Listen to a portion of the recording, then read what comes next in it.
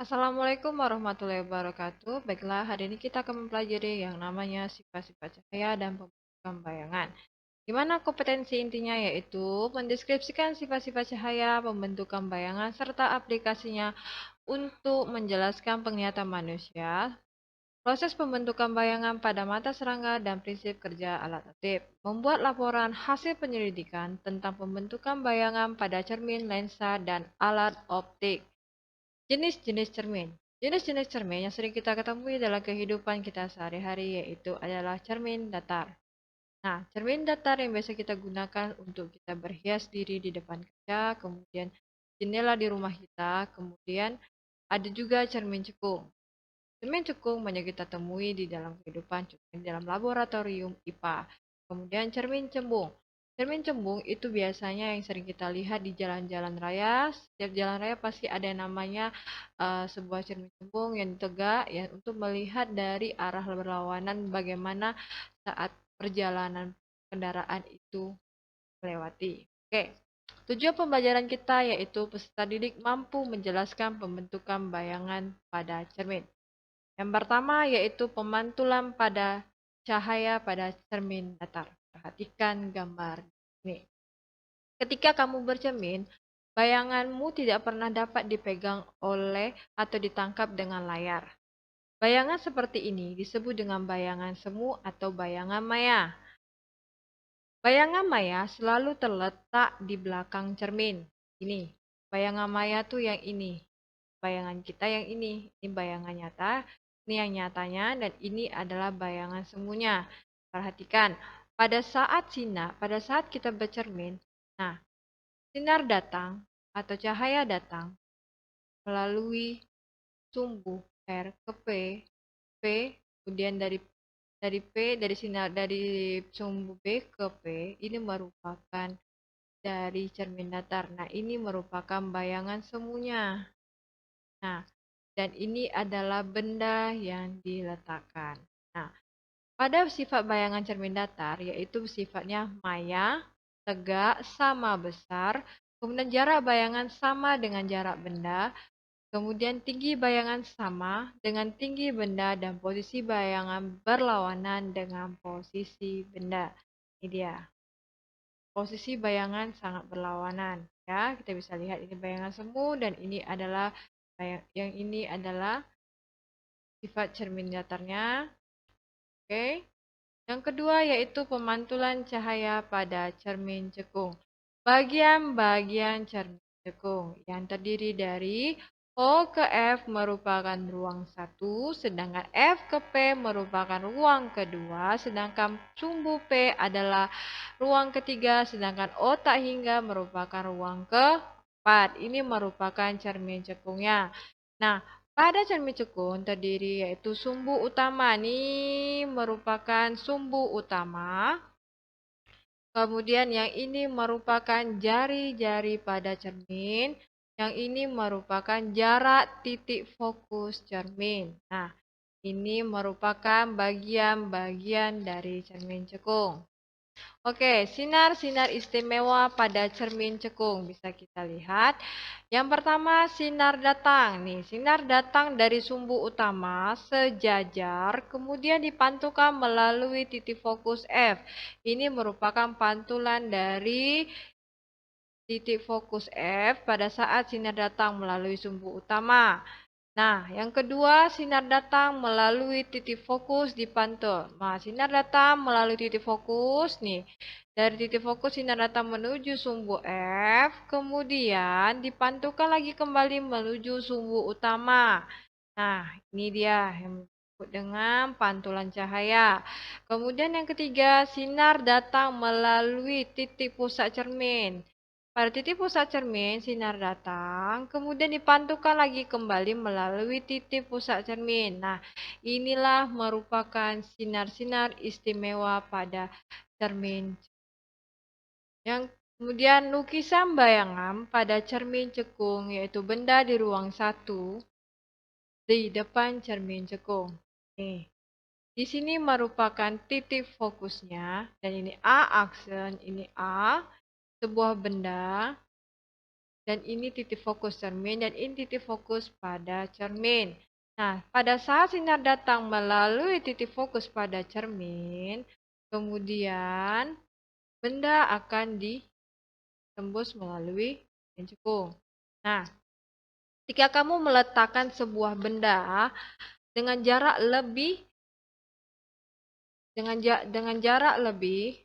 dengan jarak lebih besar daripada titik fokus cermin sekung bayangan benda yang terjadi suatu nyata merupakan perpotongan langsung dari sinar-sinar pantulnya. Nah, pada saat benda diletakkan di sini, nah inilah merupakan cahaya pantulan yang diperbesar oleh dari sifat bayangan.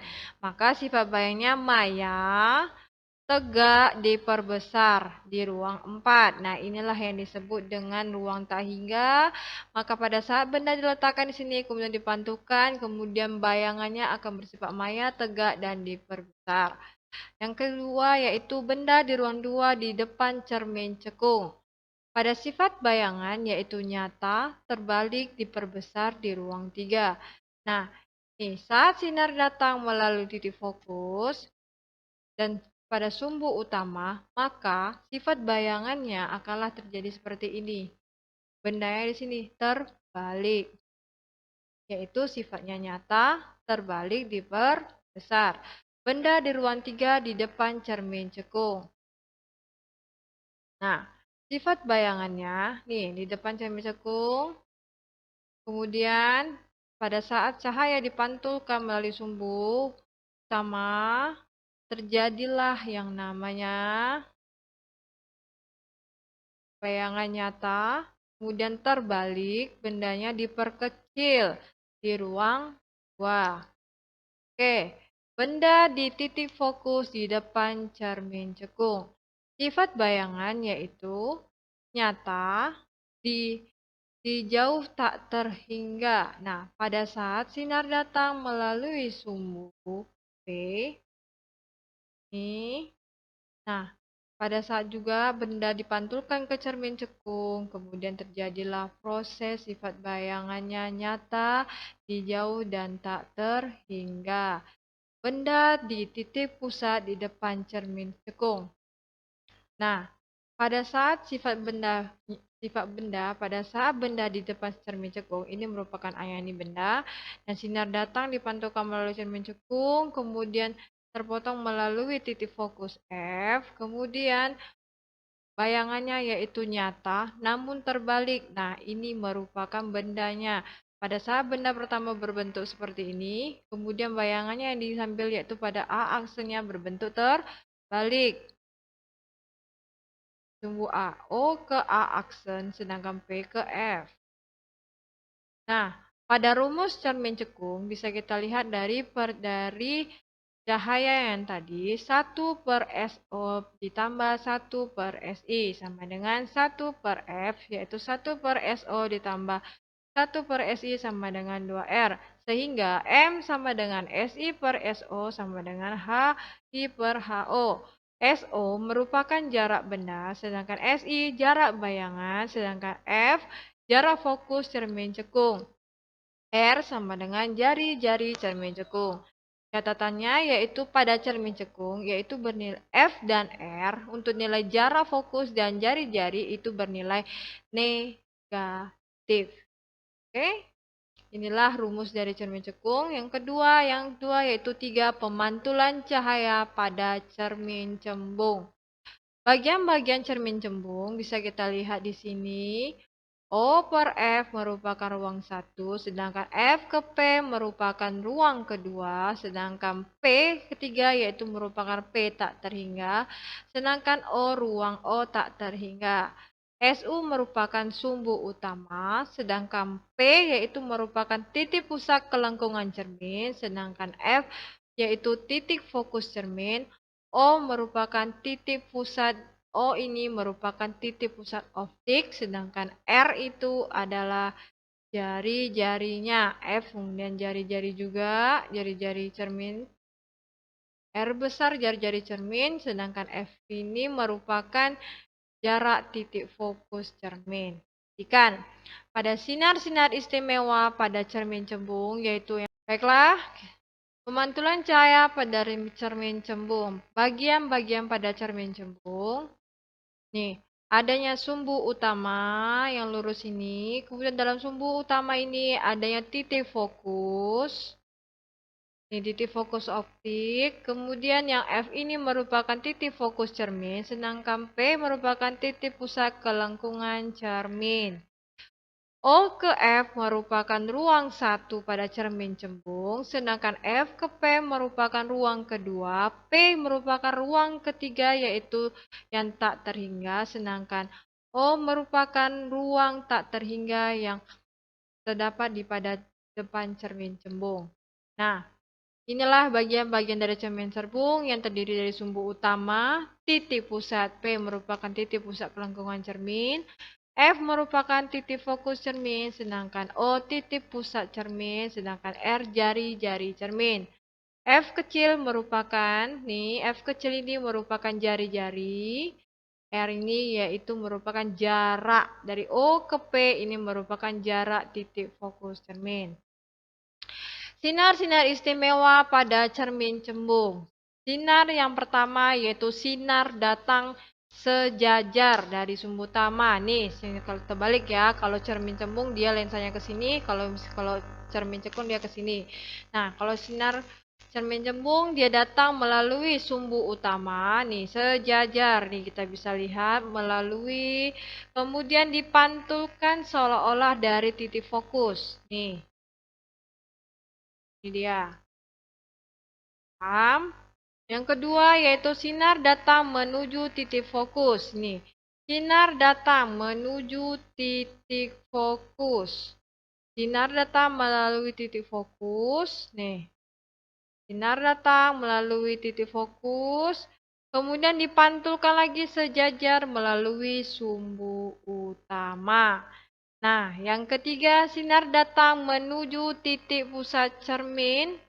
Nih, sinar datang menuju titik pusat cermin.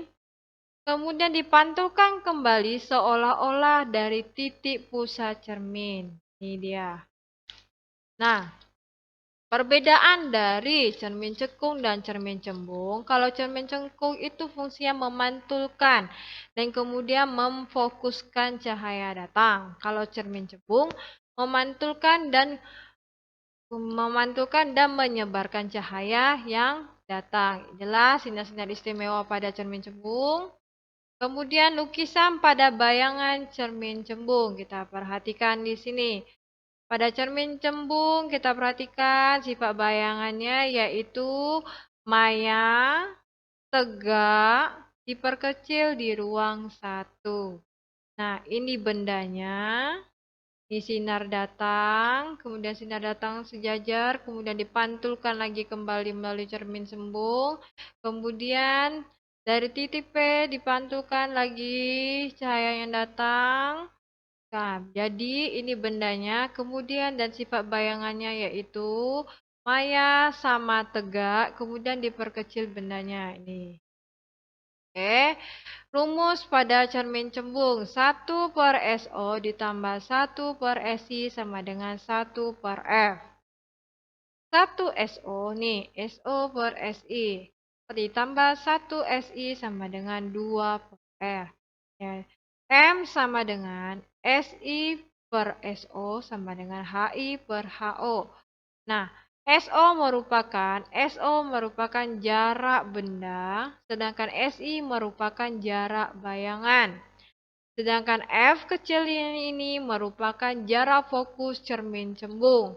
Sedangkan R merupakan jari-jari cembung. Catatan, pada cermin cembung F tuh F besar, F kecil dan R jari-jarinya itu bernilai negatif. Jadi, pembelajaran kita hari ini yaitu tentang sifat cermin, cembung, cekung, dan datar. Nah, pada ketiga cermin tersebut memiliki perbedaan tersendiri dan memiliki fungsinya tersendiri. Sedangkan cermin datar merupakan yaitu cermin yang pada saat kita melakukan pantulan cahaya maka bersifat bayangan semu. Sedangkan cermin cekung yaitu memantulkan cahaya yang datang, kemudian memfokuskan sebuah cahaya. Sedangkan cermin cekung memantulkan dan kemudian menyebarkan cahaya yang datang. Cukup sekian kita pada materi hari ini. Ibu ucapkan terima kasih.